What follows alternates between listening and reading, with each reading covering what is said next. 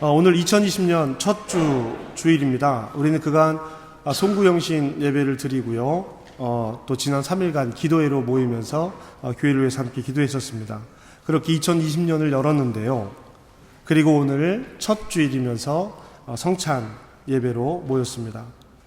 주의 만찬을 함께 나누며 시작하는 이 시간, 저와 여러분의 삶이 믿음 안에서 한 걸음 더 믿음 안에 들어서기를 주님의 이름으로 축복합니다. 이 한 해가 저와 여러분에게 더 성장하는 시간이 되기를 주님의 이름으로 축복합니다. 오늘 우리가 함께 읽은 말씀은요, 그 마태복음과 누가복음에 모두 기록되어 있는 말씀입니다. 마태복음 7장 14절 이후에 기록이 되어져 있고요, 누가복음은 9장 37절 이후에 기록이 되어 있습니다.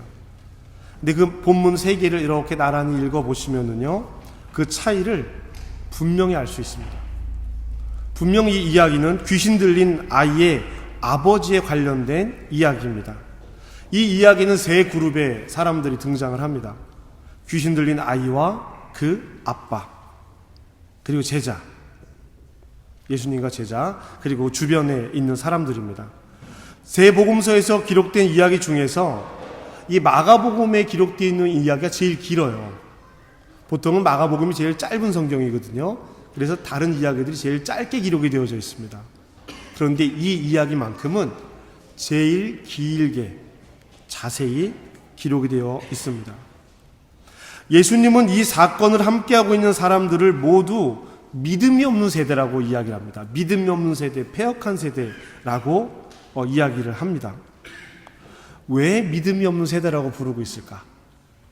여러분, 왜 믿음이 없는 세대라고 부르고 있을까요? 이것은 이전에 이루어진 사건 때문에 그렇게 예수님께서 말씀을 하신 겁니다. 이 귀신 들린 아이를 가진 아버지가 이 아이를 제자들에게 데리고 와요. 그러나 이 제자들이 이 아이를 낫게 했습니까? 낫게 하지 못하겠습니까? 못 고쳤어요. 못 고쳤습니다. 사람들이 제자들에게 이 아이를 데리고 온 것은 그동안 예수님께서 하신 일을 보고 제자들에게도 예수님과 같은 그런 능력이 있겠구나라는 생각 때문에 데리고 온 거예요. 그런 이유가 아니었으면 데리고 오지 않았을 겁니다. 마태복음과 누가복음은요, 예수님을 보자마자 귀신 들린 아이 아버지가 급히 이야기를 꺼냅니다. 제자들에게 이 아이를 고쳐달라고 했지만 고쳐주지 못했습니다.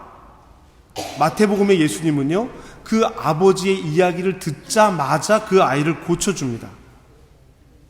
그리고 우리는 왜 귀신을 쫓아내지 못했습니까? 라고 묻는 제자들에게 그 이야기를 들으신 예수님이 제자들에게 말씀하시는 거죠. 너희는 믿음이 적다.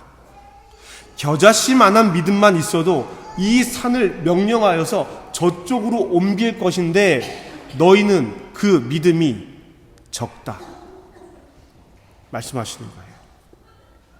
누가복음의 예수님은요, 제자들이 쫓아주지 못했다는 소리를 듣고 바로 믿음이 없는 패역한 세대라고 말씀을 하십니다.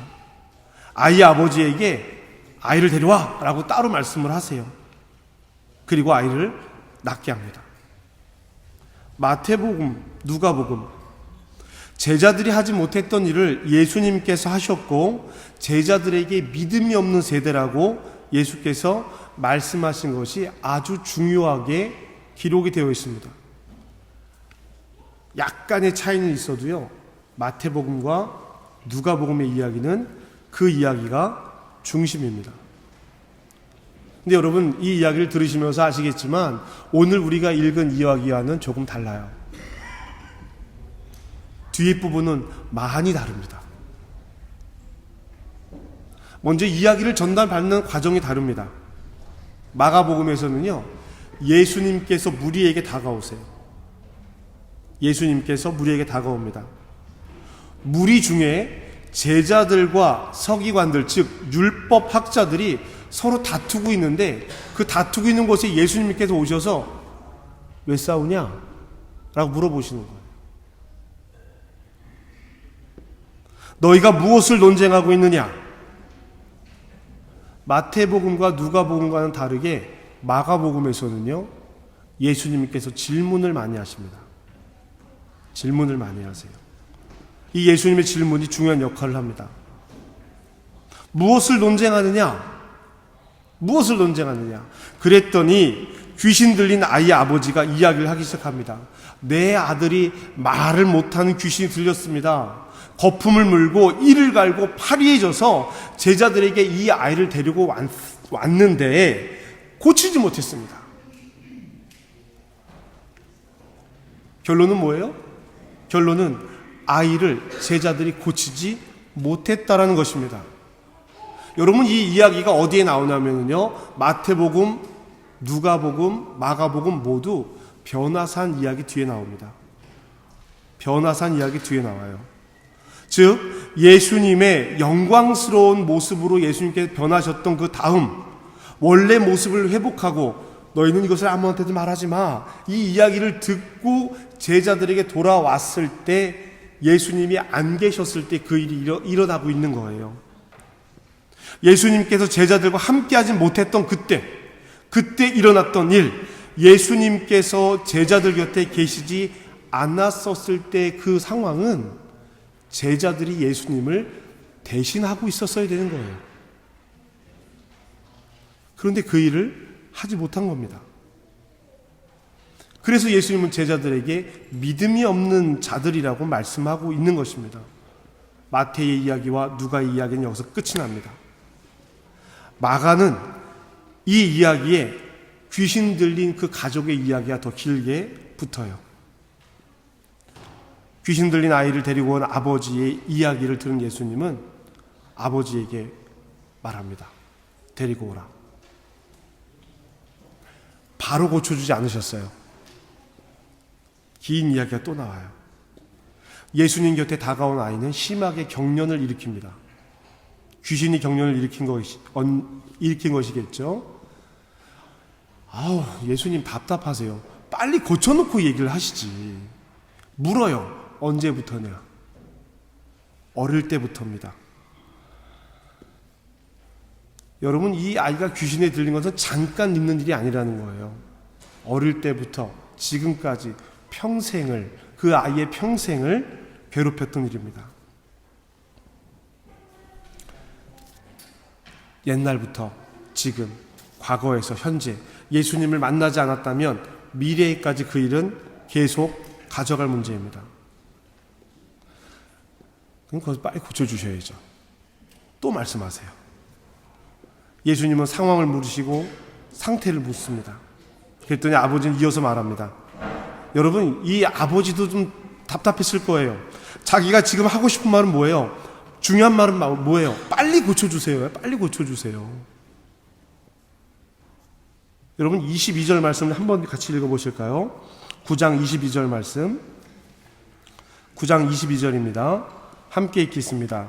시작. 귀신이 그를 죽이려고 불과 물에 자주 던져나이다.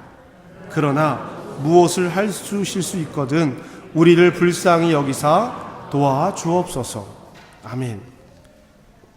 이 아버지가 예수님에게 하고 싶었던 말이에요. 그런데 여러분, 이 말에는요, 문제가 있어요. 무슨 문제가 있습니까? 어떤 문제가 있어요? 하실 수 있거든. 하실 수 있거든. 바로 이 말. 예수님은 하실 수 있는 분이 아니라 하시는 분입니다. 하실 수 있거든이 문제가 되는 거예요. 예수님도 대답을 그렇게 하십니다. 23절 말씀 같이 읽어보실까요? 23절 함께 읽겠습니다. 시작.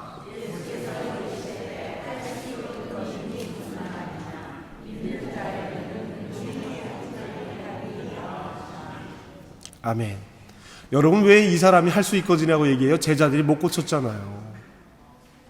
제자들이 못했잖아요. 할 수 있거든이 무슨 말이냐? 믿는 자에게는 능치 못하는 일이 없다. 이거는 이 아버지에게만 하는 말이 아니고요, 그 뒤에서 뻘쭘하게 서 있는 제자들을 위해서도 하는 이야기예요. 믿음이 없는 패역한 세대들에게 하는 이야기이십니다. 이 아버지는 기적을 통한 구원, 예수님께서 병자를 고치신 일에만 집중하고 있습니다. 그래요, 그게 맞아요. 이 아버지한테 지금 제일 중요한 문제는요, 믿음을 통한 구원이 아닙니다. 주여 우리를 구원하여 주시옵소서가 아니라 이 아이를 낫게 해주세요가 이 아버지가 예수님에게 요청하는 가장 중요한 문제라는 거예요. 자신의 믿음을 하나님 앞에 확증하고 구원받고 천국에 가는 것이 아버지의 소원이 아닙니다. 이 아버지의 소원은요, 너무나도 당연하게 이 아들이 낫는 거예요. 아들이 낫는 것을 바라는 이 아버지의 마음은 잘못된 마음이 아닙니다. 여러분 그러시지 않겠어요? 그 마음이 왜 잘못됐겠어요? 너무나도 당연한 일입니다. 병든 아이를 놓고 주여 이 영혼을 구원하여 주시옵소서, 이게 더 이상한 거 아니겠어요? 예수께서 이 당연한 아버지의 마음에 한 가지를 더하신 거예요. 낫고자 하는 그 마음을 물리치신 것이 아니라 그 낫고자 하는 마음에 한 가지를 더해서 할 수 있거든이 무슨 말이냐? 여러분 할 수 있다는 얘기예요? 할 수 없다는 얘기예요? 할 수 있다는 얘기입니다. 당연히 할 수 있다는 이야기예요.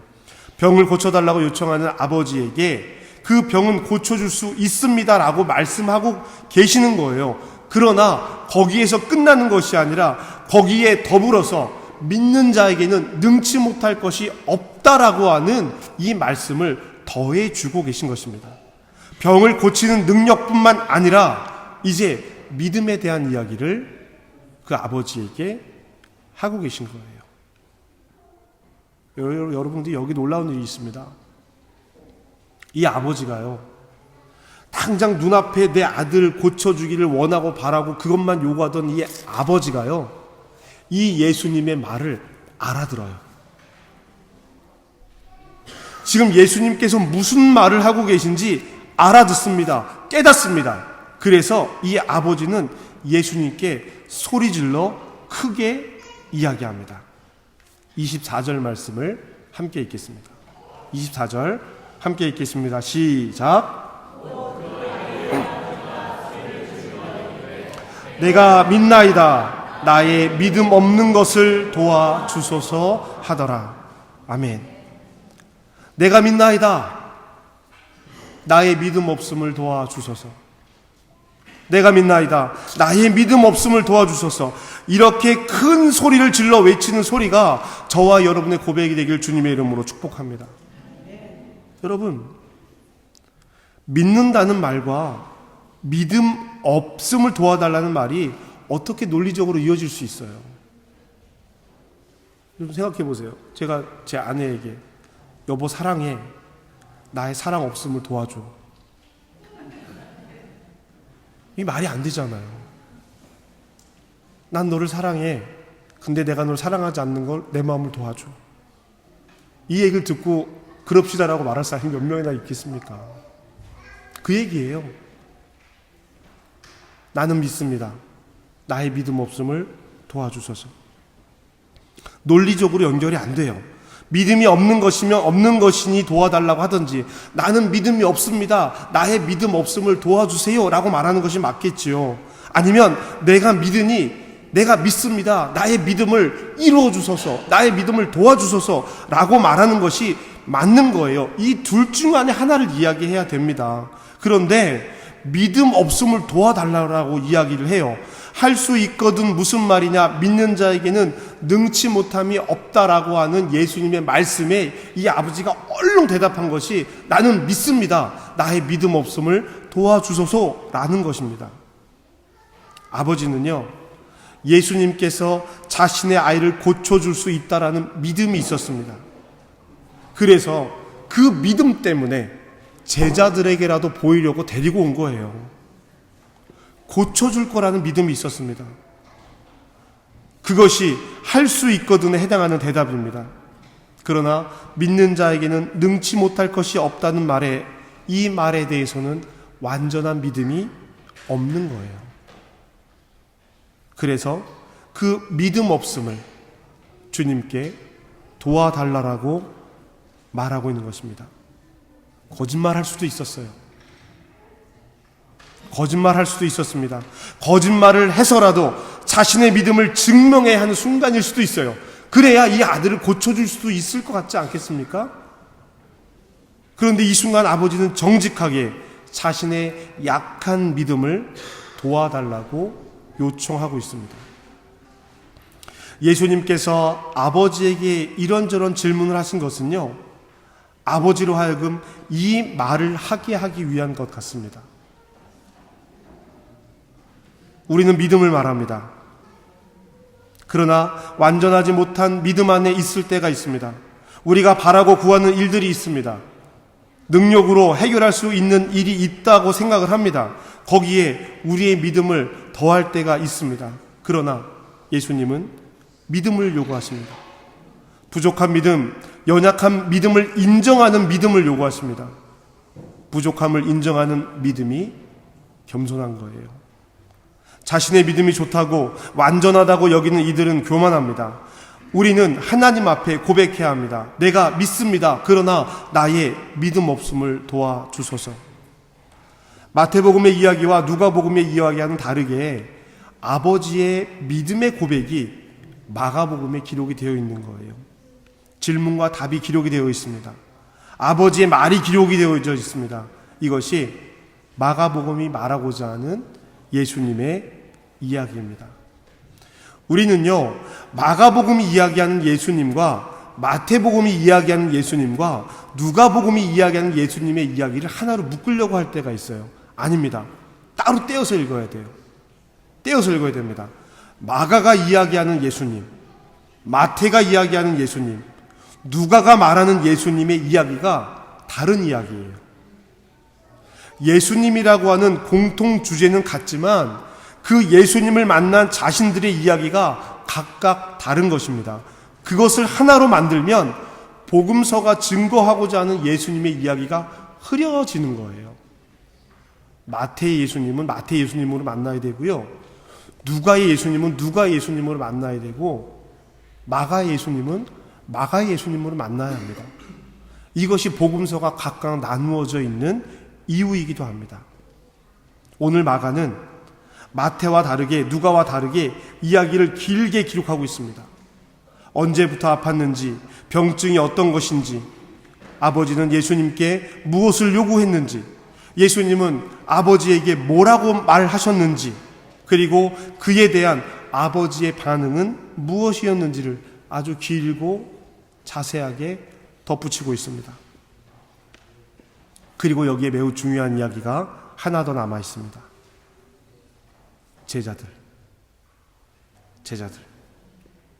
제자들은 믿음이 없다고 예수님께 꾸중을 받습니다. 내가 너희와 언제까지 함께 있을 것 같아? 이 믿음 없는 세대야. 내가 얼마나 너희를 더 참아야 하느냐라고 제자들을 향해서 말씀하십니다. 오늘 이 말씀은 우리 귀에 들려야 되는 말씀입니다. 왜 우리는 이 일을 할 수 없습니까? 라는 질문에 예수님께서 믿음이 없는 세대라고 말씀하셨습니다. 제자들은요, 지금 여기에 모여있는 제자들은요, 예수님의 기적만을 바랬어요. 믿음의 행동이 아니라 치료 행위를 하고 싶었던 것입니다. 그래서 예수님은 그들에게 믿음을 언급하고 있습니다. 그리고 아버지에게 그 믿음을 요구했을 때 아버지도 할 수 있거든이라고 말했지만 다시 아버지가 나는 믿습니다. 나의 믿음 없음을 도우소서 라고 말합니다. 제자들과도 대비가 돼요. 조금 못되게 말하면 이 아버지만도 못한 제자들이에요. 여전히 그 이야기를 듣고 있으면서도 왜 우린 그걸 못했어요? 이러고 있는 거예요. 마가의 기록에는요, 남은 제자들이요 조용히 묻습니다. 28절, 집에 들어가심에 제자들이 조용히 묻자오되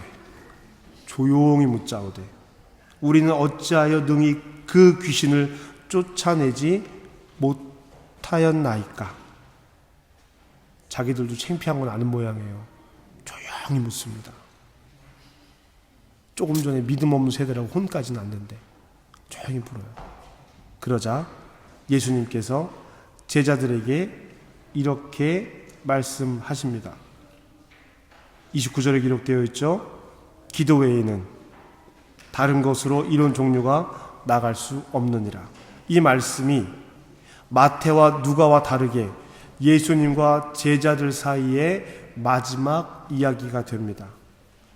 말하지 못하고 듣지 못하는 귀신, 영적으로 믿음을 가로막는 이 귀신을 쫓아내는 일은 능력이 아닌 기도라는 것입니다. 기도 외에는 이 일을 이길 힘이 없다라는 것입니다. 기도는 하나님과의 교제예요.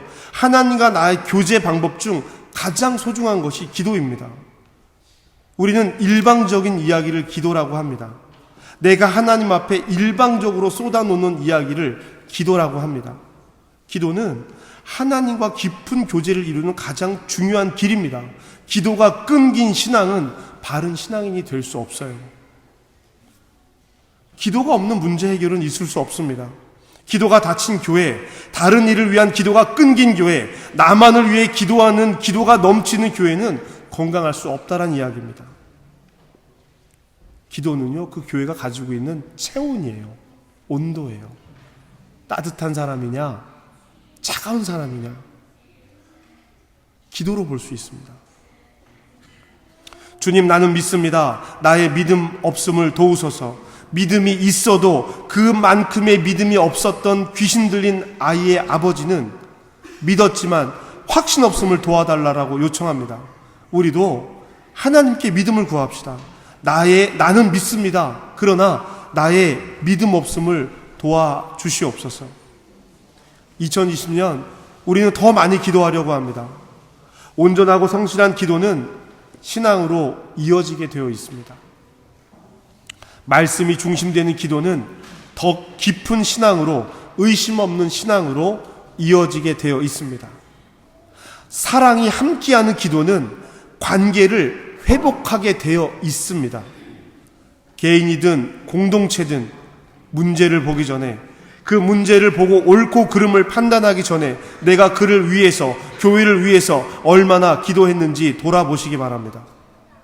이렇게 해야 돼, 저렇게 해야 돼, 이렇게 해야 돼, 저렇게 해야 돼 이야기하기 전에 내가 그 일을 놓고 얼마나 기도했는지, 그 일을 놓고 얼마나 간절히 주님을 믿습니다, 나의 믿음 없음을 도와주시옵소서라고 기도하며 살아왔었는지를 돌아보아야 합니다. 2020년 말씀과 기도 훈련에 집중하려고 합니다. 때로는 다 같이 모일 거예요. 다 같이 모여서 함께 비전을 공유하고 주님의 제자가 되기를 노력할 것입니다. 그리고 또 따로 모일 거예요. 따로 모여서 또 함께 그런 일들을 꿈꾸고 기대할 것입니다. 여러분께 함께 동참해 주시기를 주님의 이름으로 부탁드립니다. 우리 마가복음 9장 29절의 말씀을 함께 읽겠습니다. 마가복음 9장 29절입니다. 9장 29절 함께 읽겠습니다. 시작.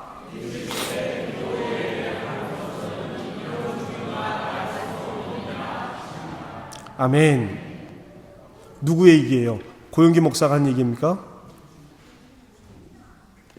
어느 믿음의 선조, 훌륭하신 목사님이 기도 외에는 이런 류가 나갈 수 없다고 말씀하셨습니까? 아니에요. 이 말씀 누가 하신 말씀이에요? 예수님 말씀이십니다. 예수를 그리스도로 고백하는 이들이 이 예수님의 말씀을 따라야겠죠. 우리의 믿음의 고백이 되기를 주님의 이름으로 축복합니다. 내가 믿나이다. 나의 믿음 없는 것을 도우소서. 우리가 외치는 큰 소리가 되기를 주님의 이름으로 축복합니다. 저와 여러분이 이 한 해 이 말씀을 붙들고 주님, 우리를 도우신 주님에게 이렇게 순종하겠습니다, 이렇게 함께 신앙하시는 저와 여러분 되기를 주님의 이름으로 축복합니다. 우리 함께 이 말씀을 기억하면서 올 첫 해를 시작하며 첫 주 예배를 드리며 나는 믿습니다. 나의 믿음 없음을 도우소서, 이 말씀을 기억하며 우리 함께 합심하며 기도했으면 좋겠습니다. 주님, 나의 믿음 없음을 도우소서. 주님, 기도로 이어지는 신앙의 공동체가 되게 하시옵소서. 주님, 내 마음이 사로잡히지 않게 하시고 기도로 말하지 못하는 귀신, 듣지 못하는 귀신을 쫓아내게 하시옵소서. 2020년 말씀과 기도와 훈련을 통해서 하나님의 한 사람이 되게 하여 주시옵소서. 우리 그렇게 좀 결단하면서 믿음으로 선포하며 함께 기도했으면 좋겠습니다. 이 교회가 40년이 되었습니다. 40년의 지난 시간 동안 우리의 흔적을 통해서 남겨진 것이 무엇입니까? 과거를 돌아보지 맙시다. 과거를 후회하는 것에서 머무는 것이 아니라 오늘과 내일을 위해 주님 나를 도우소서, 나의 믿음 없음을 도우소서 간절히 기도하시는 저와 여러분들 원합니다. 우리 함께 말씀을 돌아보며 함께 기도하시겠습니다.